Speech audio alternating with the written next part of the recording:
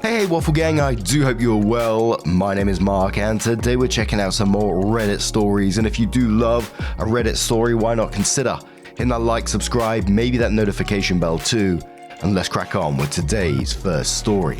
Much love guys. Now, today's first story comes from Jazz Like Sugar 7209 and says, "My husband is best friends with his ex-wife." And before we do get into this story, there are some trigger warnings on the story that I want to let you know beforehand. It contains talk of miscarriage, sexual assault, and abortion as well. So if you do want to skip the story, please feel free to do so. Timestamps are always down in the description and along the timeline below. Thank you. My husband, 36 male, and I, 34 female, have been married for 8 years, together for 14, and we have a 4-year-old daughter that is our whole life. He'd been married before with Eliza, his best friend. They married at 18 and lasted 2 years and divorced. They remained best friends, and when we started dating, Eliza, my husband's other best friend, Jack, and my husband were a tight-knit. Eliza was one of the bros, and I was always the girlfriend, and later, the wife. Always an outsider. His 2 friends are single, so our house was always a place to crash. Even since we moved in together, they would show up unannounced and do their own thing, while I made snacks and full meals. For the first year, I tried my best to integrate into their clique, but it never worked out. It was always awkward, and I felt I was inserting myself where I didn't belong, so I stopped trying and relegate myself to be a great host and let them do their things. I didn't notice at first, but over the years, resentment has built. I feel like a 50s housewife serving drinks and lighting cigarettes to men. My husband on his own is amazing and I love him. He's been a great partner and my best friend during this 14 years. Problem is, I'm not his best friend. Eliza is. Every single thing that happens in our life has to be discussed and analyzed with Eliza. Early in our relationship, I got pregnant. I took the test early in the night and we were really scared. Despite this, he was so reassuring with me, holding me the whole night and told me he was ready to do whatever I wanted to do. I said I need to really think about it. Next day, we went to our classes and agreed to lunch together. When we met, he asked me how I was and all, then told me he contacted a doctor who did abortions. It was illegal back then. I asked how he found one so fast when he wasn't sure what to do. Answer: he called Eliza early in the morning and she had a friend. I felt so betrayed because this was something that belonged to me, and he went and shared it with someone else. Not just someone else, it's Eliza. Come on, he said. During the next days, every time I saw him, he has new information from Eliza and Eliza's friend. I was so confused and scared, and Eliza convinced my boyfriend we needed to do it fast because it would be easier. It was so much pressure, I agreed. Long story short, it was a rat hole doctor office and I almost died there. To this day, I don't know if I should have kept the baby or not, but better not think about it. When my boyfriend proposed, Eliza was fake mad. He didn't say first to her he was going to propose to me. The only way to placate her was to have her as a best man, despite my husband having a male best friend. Every little or major event in our life turns into, yeah, I'm going to tell Eliza now, you know how she gets. I was sexually assaulted as a child and told this to my husband. He was the first person I talked to about it. Months later, Eliza and I were alone in our kitchen and she started talking about something she heard in the news about a girl being raped by a family member, and then hugged me.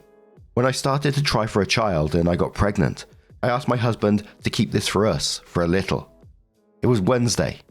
Sunday, when I saw Eliza, she congratulated me. I ended up miscarrying. I started to look for a doctor to help me deal with my depression. Again, something I wanted to keep for myself. Eliza was so understanding. When I was pregnant with my daughter, Eliza came full of advice on things I should do. I told her to mind her business, which really hurt her feelings.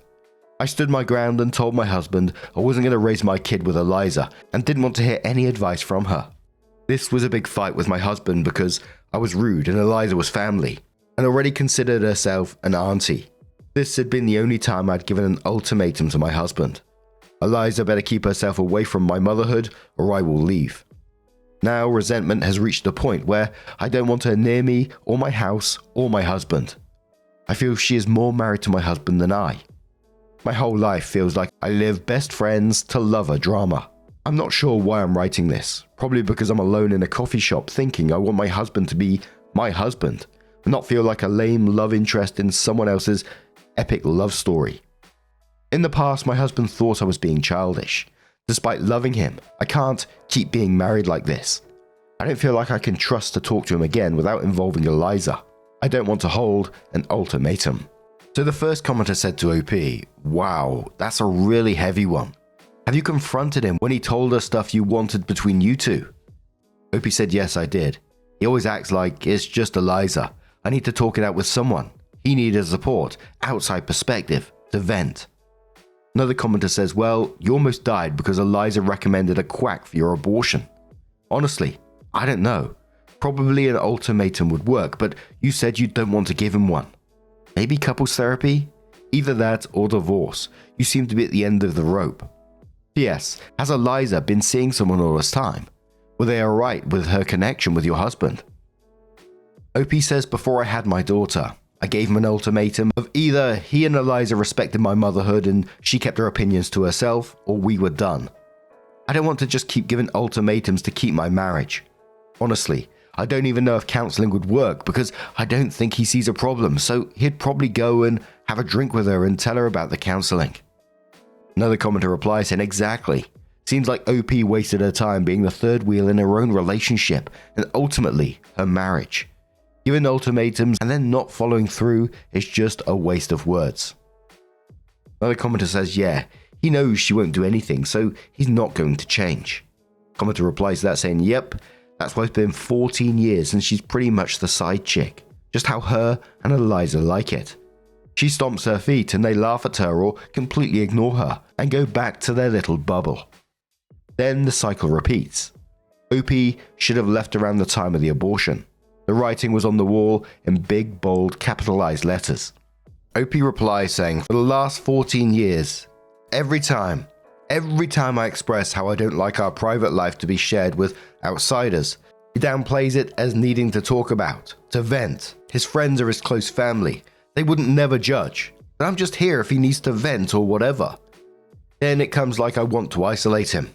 I don't want to isolate him from people he cares about. I want to share my problems, our problems, with him and only him. This past 14 years, I've been thinking maybe I'm crazy and possessive. Maybe I'm toxic for not understanding how a strong friendship is. It's only because now resentment has built, because I started to see myself as annoying characters between the two main characters. I feel so down. I'd given everything into my marriage. OP on why her husband and Eliza divorced in the first place.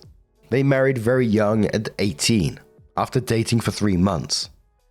Their relationship was very intense in a good way at first, but then in a bad way. They divorced 2 years later and discovered they were better off as friends. So it was about a month after that post, OP came in with her first update and said, I'm going to start saying how thankful I am to everybody that showed grace on my last post. This isn't the happy update. If anything, welcome to the pity, angsty train. After writing my post and reading how most people felt about it, my head was full of doubts and sadness. Your opinion isn't a surprise since most of my friends and family have voiced the same at some point. I guess I'm too slow and need to be punched harder to understand. A few days after my post, I took a pregnancy test and it was positive. Having a large family is what we always wanted. And ever since my abortion, I was left with a feeling of having empty arms. So holding my daughter in my arms was like feeling whole again. And no, I need to grow my arms even more to hold my new baby too. But after the initial happiness, an ugly feeling started to grow in my stomach. I didn't want Eliza in our life. I felt like taking my innocent glasses out and I was able to see her. Like really see her. How every smile was so damn fake. Every compliment was always mean-spirited or kinda a self-compliment. Nice potato salad, it was great. Oh, remember, to my husband, that potato salad I made, it was kind of unbelievable, blah blah blah. Or, nice outfit. I love how confident you are. I can't leave the house without making sure my outfit is flawless. Her reaction to my first pregnancy, wedding, travels, my second pregnancy, buying a house, how everything that should have been between my husband and I always included her. Like if our life was a play and she should write and direct. On our first Christmas together, she came when we were decorating and with all his positive critics. I ended sitting in a corner drinking wine while she and my husband decorated. She is always here, and by here I mean in my life. She has a say in everything in my life, to the point when my husband voices his opinion, I can say when these are his words and when they're Eliza's. I'm not saying that since I wrote that last post everybody turned into ultimate evils, but thinking and rethinking about my life with my husband, I'd always been a passive character. It's like my husband got himself a pet, and he and Eliza are going to be endgame when they both realize they never stop loving each other. Some of you, as my sister, will say I'm dormant. I guess I am. I've let this go on for so long that it's become normal. My life isn't bad. My husband hasn't been a bad husband. Eliza isn't so bad if the bar is that she hasn't tried to kill me yet. I know it's clear to all of you, but to me, it's been my life for years, my day-to-day. I learned to look away and make me small, so I don't make others uncomfortable. Maybe because I'm pregnant and hormonal, but I'm tired of this. I love my husband, but I feel he can't love fully with Eliza whispering in his ear, and him running like a golden retriever to please her. So after all that thinking and rethinking, I sat my husband down and told him we needed to set some strong boundaries because our marriage was working, and I didn't feel loved or respected like a wife or even as a person. I explained more or less what I said here. My husband denied everything and tried to explain himself, saying Eliza was like a sister to him. I say even siblings have boundaries. It was back and forth, with him making me doubt if maybe I was in fact trying to control who was or wasn't in his life, wanting to monitor his friendships, and even joked if he will need to sly away to have a drink with his buds. For a moment, I feel like maybe I was in fact crazy, but I was firm and stood my ground. If he wanted to keep this marriage, Eliza needs to be gone from our life.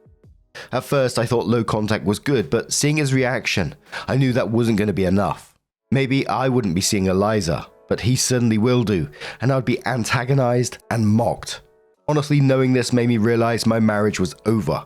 So I asked important questions and pressed what his real feelings were. Why they divorced if they were so into each other? Why not leave me? Did he love Eliza more than me?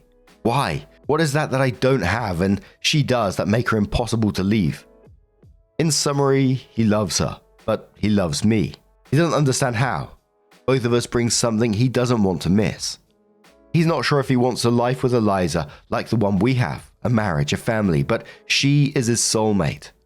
They divorced because between them was so much fire that they were burning each other. With me, he has calm, peace, and a loving place to come back to. He has never cheated, but admits he sometimes fantasizes with her being me and me being her. They often talk about them having this life, but agree that being together would break their bond. All fucked up. I know it's kinda obvious to you all on my first post, and it should have been obvious to me. But hearing my husband saying he loves another woman that is his soulmate, and he put her in the center of our life, made her an auntie to our daughter and some kind of sister-in-law to me, a supposed family friend. I'm not gonna lie, it broke me. I threw myself on the floor and hugged his legs and asked him what I need to do to him to love me, only me. I felt so pathetic, but I believed everything was worth it to save something with so much value like my marriage. I cried and cried and cried, and the hardest part was to hear there was nothing that I could do.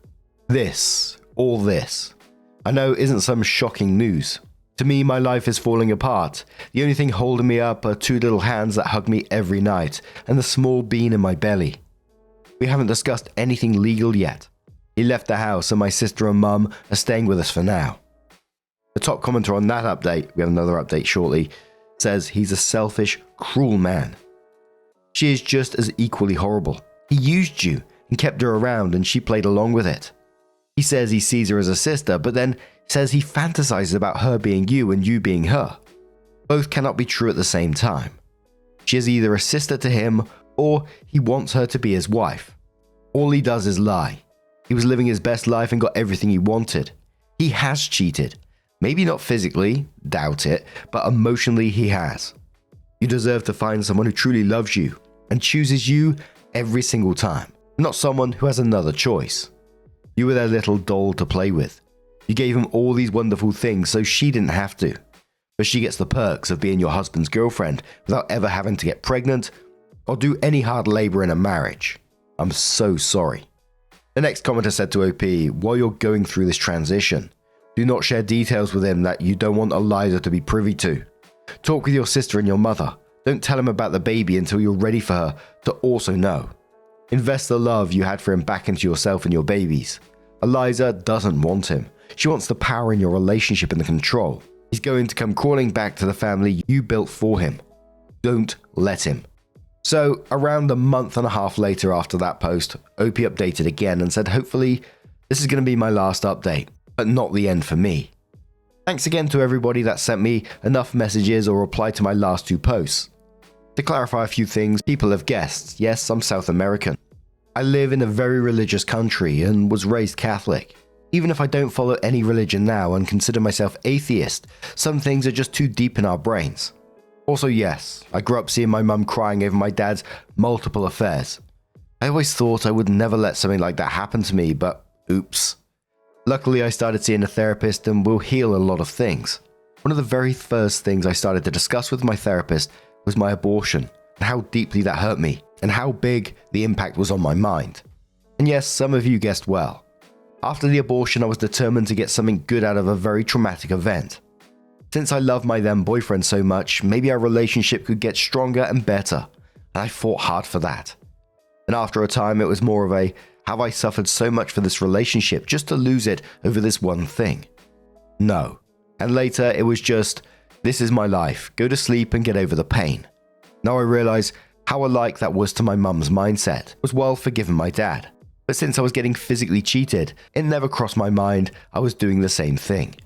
Now, on my husband and I, we're getting a divorce. I put on my big girl pants and went to talk to him again. I promised myself and my children I would never beg to someone to love, and my children wouldn't have to grow believing that something is worth more than loving and respecting yourself. Okay, so I went to talk to him. Mostly I went to say I wanted a divorce and that's all. At first I wanted to write all the things he did that hurt me and how much they hurt, but what's the point? Communication time is over for us as a couple. He was all shocked and then teary because he didn't want to divorce. He tried to convince me to take more time to think. Then he tried to negotiate what I needed for this to work, what I wanted and what he was willing to do. He was so generous to offer to take some distance from Eliza to work on our stuff. I laughed like a maniac because, in a mind-blown emoji, he said our family means everything to him. Our daughter, our new baby. I was something he valued so much. I was the heart of his family, and he will always love me and be thankful for all I gave to him. This hurts because, yeah, he doesn't see me like a woman or his wife.